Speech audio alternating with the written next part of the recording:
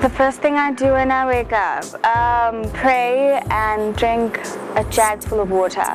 So it's basically what I do when I wake up. Yeah. The one thing I cannot live without, I think I'm this new age child, so I can't live without my laptop and my phone. That is my office, that is where I do everything. So that's basically that.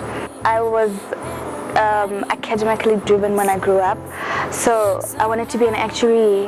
Next thing I want to be a doctor. So I thought acting, music, modeling was a hobby, you know, and I always thought I could do that because God gave me the features and the talents to actually do that. So yeah, I was not always the artist that I am today. For Sheillah Molelekwa, it all began when I was 12 years old, and there was this Takolosi. I don't know if you remember Takolosi, but yeah, I auditioned for that at school, and I got a role as Teho. And when I did that, that was the beginning for Sheillah. From there onwards, it was beauty pageants. I remember after that, there was a friend of mine who said, "You've got a pretty smile, pretty teeth. I think you should join Miss Bantama." So at that point, I thought this girl is just playing games. She said, "You know what? I'll teach you how to smile. I'm big, I'm chubby. So if I was small and tiny and sexy like you, then I would do that myself. I was going to be walking. So do that for me. Go on stage for me. Smile for me. Answer questions with your brains because you have them. And then you will be me. Don't even think that you're Sheillah at that moment and do that." So that's when this whole passion, beauty pageantry and acting came along. And in terms of singing, I discovered I knew how to sing when I was 7 years old. Hard to believe. Yes, I was in church one time and I was singing, and I was like, okay, what was that? And then yeah, that's how it all started. The family that I come from is very cultural, very religious. It's a routine. Wake up, go to school, get a job, graduate, get a job, get married, have kids, eventually die. But yeah, that's just the fun part about it. But the most painful thing yet, smart thing, I don't know, convenient, smart, I don't really know which word to pick, but the one thing that is, yeah, that gives you a drive out of it is the environment is not what everybody else would perceive as conducive, even myself. You know, you find that today maybe there's nothing to eat, or tomorrow you have to walk 20 Ks to go to school at this age, you know, that we're living in, which is quite rare. Sometimes you have to go to school with shoes without a sole. Maybe you have a hole in your shoe and you still have to live with that and run with life like nothing is going on. You get people judging you and saying, "But how come you were in Tokolosi? We watch you on TV and your shoes are like that, your uniform is like that. Shouldn't you better than all of us? You know, shouldn't you be that?" And it just, it's that thing that, you know what, Sheillah? It's not about where you are right now. It's about what you're gonna do with yourself. And that's exactly the environment that I came out of. And it inspired me positively instead of pulling me down and saying, "I don't have anything. So if I don't have anything, let me just stay where I am, stay in my lane and not have anything." I went out and said, against all odds, I need to change the situation. Yes, the Miss Universe, I remember that very well.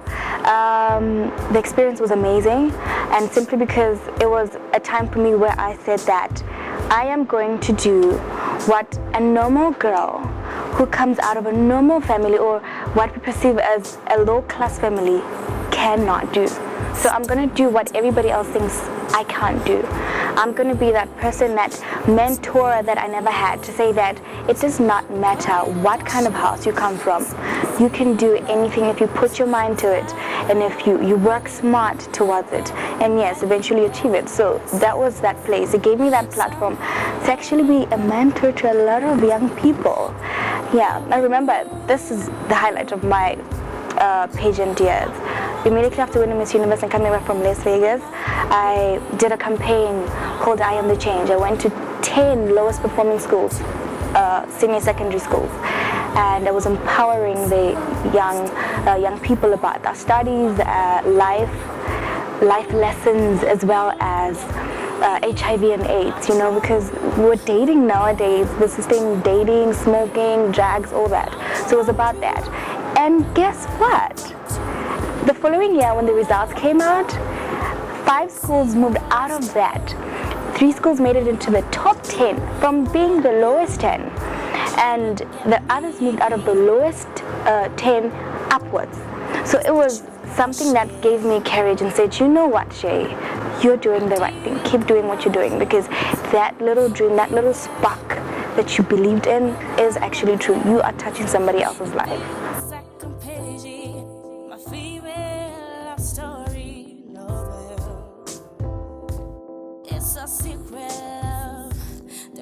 Big Brother for me was that moment where I was going to be selfish.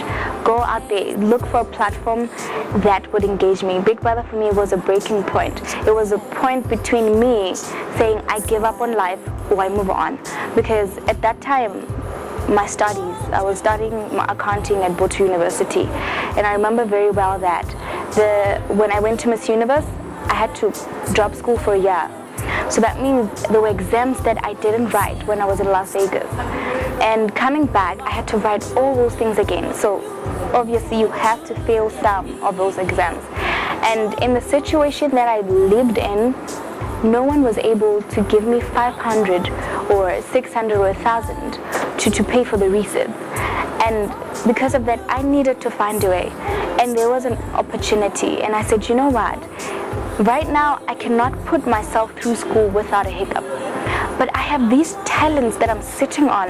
How about now, this selfishness that I have, I find a platform that I can use my talents on, have an audience, have consumers for my products and services. And Big Brother gave me that platform. I went to Big Brother firstly for the platform to get the fans, the right people who are going to be an entity that supports me and puts food on my table and changes my life. Eventually go back to school and finish what I started. And winning, yes. I always believed I was gonna win. I went in with this thing that I'm gonna win. I felt like I was gonna win because it's a mind game matter. And I went in there with that mind. Then I got this. I'm gonna twirl around this in a way that nobody ever thought a Motswana young lady would. And yes, I got distracted. When I walked in the house, I remember firstly, IK put me on the spot and he said, the next person that is gonna walk into the house is the most beautiful girl in the house, you know? So I was like, hey, hello, you know? So that already puts you ahead because everybody wants to know who's this beautiful girl? What is she gonna do? So for the first week, everybody's gonna watch what you're doing. So I had it the first week, and because I had it, competitors like me saw that I was a competitor, and everybody tried to find ways to make me fall. But the one person that was able to do that was the beloved Atlanta. And he was able to put me in that zone of saying, you know what, girl, we're in the game, but I've got feelings for you, I got this for you, you know. And at that point I got lost for a minute because I thought I could be in love in a competition. So yeah, I fell in love in a competition and I lost the money. Not that it was a bad experience, the whole love experience was amazing. It was really amazing. It was the best moment of my life. When you're in Big Brother, this is what happens. You don't know the world. You stop knowing the world. The only things that you know and believe in are the things around you. And when you come out, you're still not used to the world. You're like a newborn baby. And that's exactly what happened. So the only people I knew were the people I went in the house with and the people I came out with. So the only relationship that I knew was real was the relationship that was on TV, that everybody else saw as genuine and amazing and everybody drooled over. So what were the odds of not continuing being whipped over this guy and him over me? So yeah, it went on. We had an amazing relationship, and yeah, it was very blissful. We fed off each other's energies. With time, our tanks went down. You know, a tank empties at some point, and it was that point where my tank was empty, his tank was empty, and there was no one to fill it up. And we're both hungry lions, running after a prey, which is our careers. We both want to make something out of our lives. We're both young, and we both don't want to fail, because if we fail, There's really nothing that's going to give us hope. Our families depend on us. Our own personal desires depend on us. So it got to that point that we sat down and said, you know what, buddy, I love you too. But we need to work hard. We need to get to that point where we focus on our careers more than our relationship. If we really love each other, then we should have and afford ourselves that space and time to actually do anything and everything in our power to make sure that our careers run out smoothly and there's a very good turnout. And yeah, because of love, we were able to separate and prioritize correctly. And I'd like to believe that we're still best friends up to now. We're very close friends, and yeah, you need friends in the industry. And for somebody who was on the same platform as me, when you face challenges, you need somebody who understands to talk to. And he's that person, I'm that person.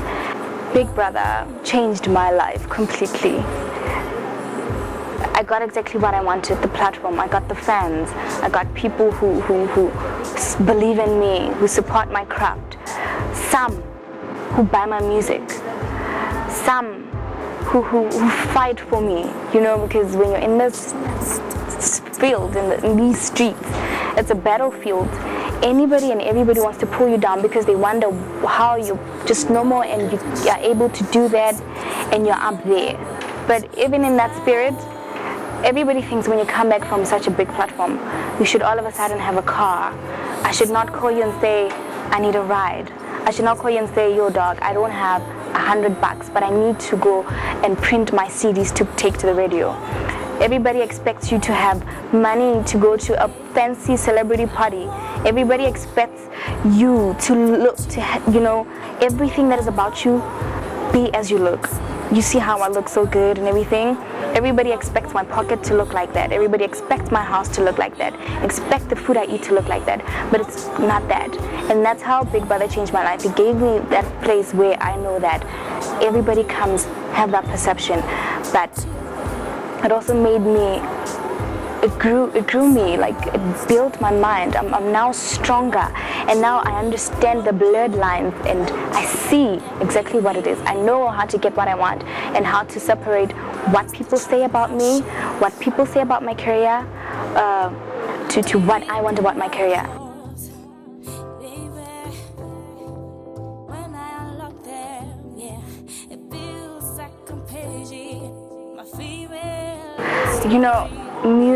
Music is my life. Music is that life I have in me. It's my hope. Music carries me when I'm really down. So because of that, music is a very important part of my life. And that's why I do music. Because if it's very important to me, then it has to be important to somebody else's life. If it touches my life the way it does, then it must in some way be able to touch the next person's life in the same way that it touches mine. So for me, when I came out of the house, I was confused. I didn't know what type of music I was gonna do. And you go into that house, you come back, you think because of your talents, people are gonna discover you. And it doesn't work like that for every single person. You think because it worked for Tinashe or it worked for Zahara or Lira, it's gonna work for you the same way. No, but it doesn't. So figuring that out, I came out, and the people that I used to work with were not working with me. So I needed to go out and look for producers who will be able to work for me. Mind you, I'm coming out of the house, I'm broke. So I can't even afford to pay for a recording session like I used to, So you sit and wait.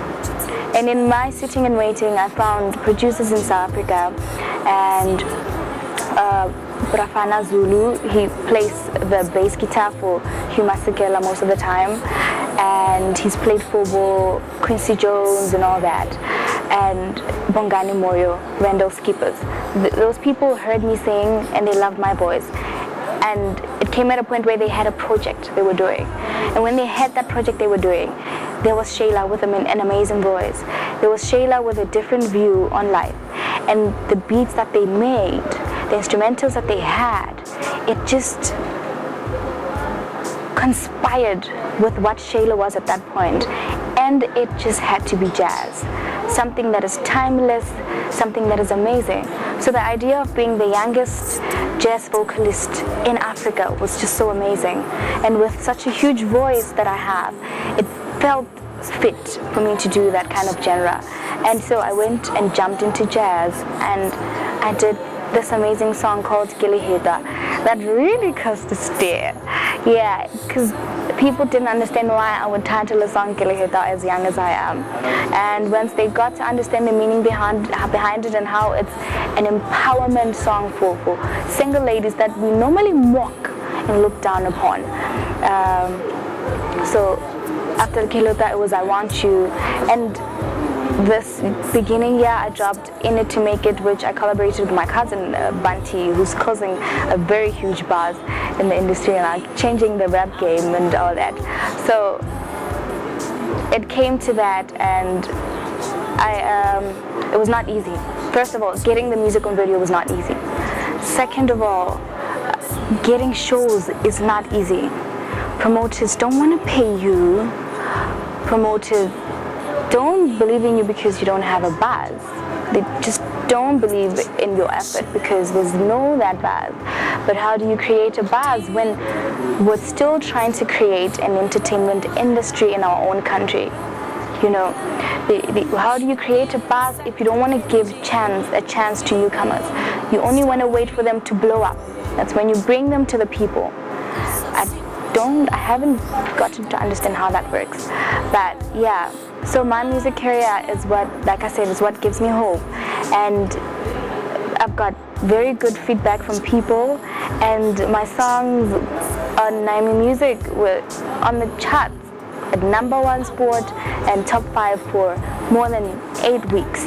So that was huge, especially as a jazz vocalist and you're in the industry with rappers and everything. So if you can be at #1 and Drummer Boy is #2, that is big. And you just walked out of a Big Brother house and you're nobody. So that was really huge for me, and it inspired me to move on. So yeah, with my music career, I'm hoping to move on into life and achieve those dreams that I want to achieve. I'm hoping somebody someday will hear my music and say, I want to groom you into something that you never thought you could be. And while that happens, I'm doing me, and I'm doing that music until it gets there.